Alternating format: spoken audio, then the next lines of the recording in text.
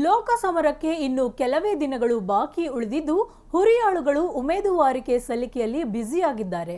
ಪಕ್ಷೇತರ ಅಭ್ಯರ್ಥಿ ವಿನಯ್ ಕುಮಾರ್ ಶಕ್ತಿ ಪ್ರದರ್ಶನ ನಡೆಸಿ ನಾಮಪತ್ರ ಸಲ್ಲಿಸಿದ್ದು ರಾಷ್ಟ್ರೀಯ ಪಕ್ಷಗಳಿಗೆ ರಣವೀಳ್ಯ ನೀಡಿದ್ದಾರೆ.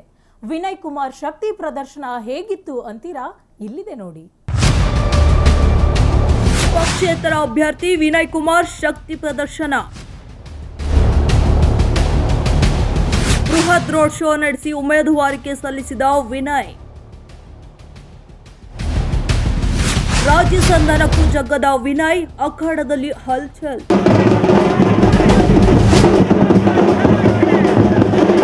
ಕಾಂಗ್ರೆಸ್ ಟಿಕೆಟ್ ವಂಚಿತ ಜಿಬಿ ವಿನಯ್ ಕುಮಾರ್ ಕೊನೆಗೂ ಪಕ್ಷೇತರ ಅಭ್ಯರ್ಥಿಯಾಗಿ ಕಣಕ್ಕಿಳಿದಿದ್ದಾರೆ. ಒಂದು ಬಾರಿ ಸಾಂಕೇತಿಕವಾಗಿ ನಾಮಪತ್ರ ಸಲ್ಲಿಸಿದ ವಿನಯ್ ಕುಮಾರ್ ಬುಧವಾರ ಅಪಾರ ಬೆಂಬಲಿಗರೊಂದಿಗೆ ಶಕ್ತಿ ಪ್ರದರ್ಶಿಸಿ ಎರಡನೇ ನಾಮಪತ್ರ ಸಲ್ಲಿಸಿದ್ದಾರೆ. ನಗರ ದೇವತೆ ದುರ್ಗಾಂಬಿಕಾ ದೇವಿಗೆ ವಿಶೇಷ ಪೂಜೆ ಸಲ್ಲಿಸಿ ಬಳಿಕ ಕಡಕ್ಷವಲಿ ಮಕ್ಕನ್ಗೆ ಭೇಟಿ ನೀಡಿದರು. ಬೀರಲಿಂಗೇಶ್ವರ ದೇವಾಲಯದಲ್ಲಿ ವಿಶೇಷ ಪೂಜೆ ಸಲ್ಲಿಸಿ ಬೃಹತ್ ಮೆರವಣಿಗೆಗೆ ಚಾಲನೆ ನೀಡಿದರು. ಬಿಪಿ ರಸ್ತೆ ಮೂಲಕ ಬೃಹತ್ ಮೆರವಣಿಗೆಯಲ್ಲಿ ತೆರಳಿದ ವಿನಯ್ ಕುಮಾರ್ ಸಂಗೊಳ್ಳಿ ರಾಯಣ್ಣ ವೃತ್ತದಲ್ಲಿ ರಾಯಣ್ಣನ ಪ್ರತಿಮೆಗೆ ಮಾಲಾರ್ಪಣೆ ಮಾಡಿ ಚುನಾವಣಾಧಿಕಾರಿಗಳ ಕಚೇರಿಗೆ ತೆರಳಿ ಉಮೇದುವಾರಿಕೆ ಸಲ್ಲಿಸಿದರು. ಈ ವೇಳೆ ಮಾತನಾಡಿದ ವಿನಯ್ ಕುಮಾರ್, ಯಾವುದೇ ಆಸೆ ಆಕಾಂಕ್ಷೆಗಳಿಗೆ ಒಳಗಾಗುವ ಮಾತೇ ಇಲ್ಲ. ಇಂದು ನಾಮಪತ್ರ ಸಲ್ಲಿಸಿದ್ದೇನೆ, ಕಣದಲ್ಲಿ ಇದ್ದೇ ಇರುತ್ತೇನೆ, ಗೆದ್ದೇ ಗೆಲ್ಲುತ್ತೇನೆ ಎಂಬ ವಿಶ್ವಾಸ ವ್ಯಕ್ತಪಡಿಸಿದರು. ಇವತ್ತು ನನ್ನ ಎರಡನೇ ನಾಮಪತ್ರವನ್ನು 17ನೇ ತಾರೀಕಾದ ಇವತ್ತು ಅಪಾರ ಬೆಂಬಲಿಗರೊಂದಿಗೆ ಕ್ಷೇತ್ರದ ಜನತೆಯ ಅಪೇಕ್ಷೆ ಮೇರೆಗೆ ನಾನು 1 ವರ್ಷ ಓಡಾಡ್ತಿದ್ದೀನಿ ಈ ಕ್ಷೇತ್ರದಲ್ಲಿ.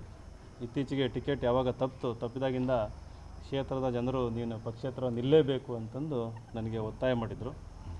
ಮೇಲೆ ಒತ್ತಡ ಇದ್ದರೂ ಕೂಡ ನಮ್ಮ ಜನಗಳ ಒಂದು ಅಭಿಪ್ರಾಯದ ಮೇರೆಗೆ, ಅಪೇಕ್ಷೆ ಮೇರೆಗೆ ನಾನು ಪಕ್ಷೇತರನಾಗಿ ಇವತ್ತು ಎರಡನೇ ನಾಮಪತ್ರ ಸಲ್ಲಿಸಿದ್ದೀನಿ. ನೀವೆಲ್ಲ ನೋಡಿದ ಹಾಗೆ, ಗೊತ್ತಿರೋ ಹಾಗೆ ಇವತ್ತು ಅಪಾರ ಸಂಖ್ಯೆಯಲ್ಲಿ ಬೆಂಬಲಿಗರು ಸ್ವಯಂ ಪ್ರೇರಿತರಾಗಿ ಬಂದಿದ್ದರು. ಬಿಸಿಲಿದ್ದರೂ ಕೂಡ ಸುಮಾರು ಕಿಲೋಮೀಟರ್ ಅವರೆಲ್ಲ ನಮ್ಮ ಜೊತೆ ನಡೆದರು, ಅಭಿಮಾನದಿಂದ ಕುಣಿದ್ರು, ಕುಪ್ಪಳಿಸ್ತಾ ಇದ್ದರು. ನೀವೆಲ್ಲ ನೋಡಿದ್ದೀರಿ. ಇದನ್ನೆಲ್ಲ ನೋಡ್ತಾ ಇದ್ದರೆ ದಾವಣಗೆರೆಗೆ ಈ ಸಾರಿ ಪಕ್ಷೇತರ ಅಭ್ಯರ್ಥಿಯಾದ ನನಗೆ ಗೆಲುವು ಖಚಿತ ಅಂತ ಅನ್ನಿಸ್ತಾ ಇದೆ. ವಿನಯ್ ಕುಮಾರ್ ಶಕ್ತಿ ಪ್ರದರ್ಶನ ನೋಡಿ ಕಾಂಗ್ರೆಸ್ ಪಾಳಯದಲ್ಲಿ ಒಂದಷ್ಟು ರಾಜಕೀಯ ಚರ್ಚೆ ಶುರುವಾಗಿದೆ. ವಿನಯ್ ಕುಮಾರ್ ಜೊತೆ ಕಾಂಗ್ರೆಸ್ ಹೈಕಮಾಂಡ್ ಈಗಾಗಲೇ 2 ಸುತ್ತಿನ ಮಾತುಕತೆ ನಡೆಸಿದೆ. ಸಿಎಂ ಸಿದ್ದರಾಮಯ್ಯ, ಕನಕ ಗುರುಪೀಠದ ನಿರಂಜನಾನಂದಪುರಿ ಸ್ವಾಮೀಜಿ 1 ಸುತ್ತಿನ ಸಭೆ, ಎಚ್ಎಂ ರೇವಣ್ಣ ಮತ್ತು ತಂಡ 2ನೇ ಸುತ್ತಿನ ರಾಜಿ ಸಂಧಾನ ಸಭೆ ನಡೆಸಿದೆ. ಆದರೆ ವಿನಯ್ ಕುಮಾರ್ ಮಾತ್ರ ಯಾವುದಕ್ಕೂ ಜಗ್ಗುತ್ತಿಲ್ಲ. ಇದು ಕಾಂಗ್ರೆಸ್ ಅಭ್ಯರ್ಥಿ ಪ್ರಭಾ ಮಲ್ಲಿಕಾರ್ಜುನ್ ಹಾಗೂ ಸಚಿವ ಎಸ್ ಮಲ್ಲಿಕಾರ್ಜುನ್ಗೆ ತಲೆಬಿಸಿಯಾಗಿದೆ. ಇನ್ನು ಬಿಜೆಪಿ ಮಾತ್ರ ವಿನಯ್ ಎಷ್ಟು ಮತ ಪಡೆಯುತ್ತಾರೋ ಅಷ್ಟು ತಮಗೆ ಲಾಭ ಎನ್ನುವ ಲೆಕ್ಕಾಚಾರದಲ್ಲಿದೆ. ಆದರೆ ವಿನಯ್ ಕುಮಾರ್ ಮಾತ್ರ ನನ್ನ ಸ್ಪರ್ಧೆಯಿಂದ ಇಬ್ಬರಿಗೂ ಭಯ ಶುರುವಾಗಿದೆ ಎನ್ನುತ್ತಾರೆ. ಅವರಿಬ್ಬರಿಗೂ ಭಯ ಶುರುವಾಗಿದೆ. ಕಾಂಗ್ರೆಸ್ ಮತ್ತು ಬಿಜೆಪಿ ಕ್ಯಾಂಡಿಡೇಟ್ಸ್ ಇಬ್ಬರಿಗೂ ಕೂಡ ಭಯ ಶುರುವಾಗಿದೆ ಅವರಿಗೆ. ಭಯ ಶುರುವಾಗಿ ನನ್ನ ಮೇಲೆ ಅದು ಇದು ಸ್ಪ್ರೆಡ್ ಮಾಡ್ತಿರ್ಬೋದು, ನನಗೆ ಗೊತ್ತಿಲ್ಲ ಅದು. ನಾನೇನು ಹೇಳೋಕ್ಕೆ ಇಷ್ಟಪಡ್ತೀನಿ ದಾವಣಗೆರೆ ಜನತೆಗೆ, ನೀವು ಏನು ನನ್ನ ಮೇಲೆ ನಂಬಿಕೆ ಇಟ್ಟಿದ್ದೀರಿ, ಆ ನಂಬಿಕೆ ವಿಶ್ವಾಸನ ಖಂಡಿತ ಉಳಿಸ್ಕೊತೀನಿ.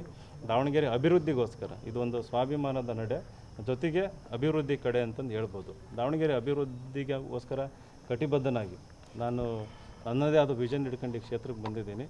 ಯಾಕಂದರೆ ಈಗ ಇರುವ MP ಏನೂ ಕೆಲಸ ಮಾಡಿಲ್ಲ ಅನ್ನೋದು ಇಡೀ ಕ್ಷೇತ್ರದಲ್ಲಿ, ಅದರಲ್ಲೂ ಗ್ರಾಮೀಣ ಭಾಗದಲ್ಲಿ ನೀವು ಹೋದರೆ ಅವರು 100 ಹಳ್ಳಿಗಳಿಗೆ ಇದುವರೆಗೂ ಕೂಡ ಒಂದು ಸರಿನೂ ಭೇಟಿ ಕೊಟ್ಟಿಲ್ಲ, ಏನೂ ಕೆಲಸ ಮಾಡಿಲ್ಲ.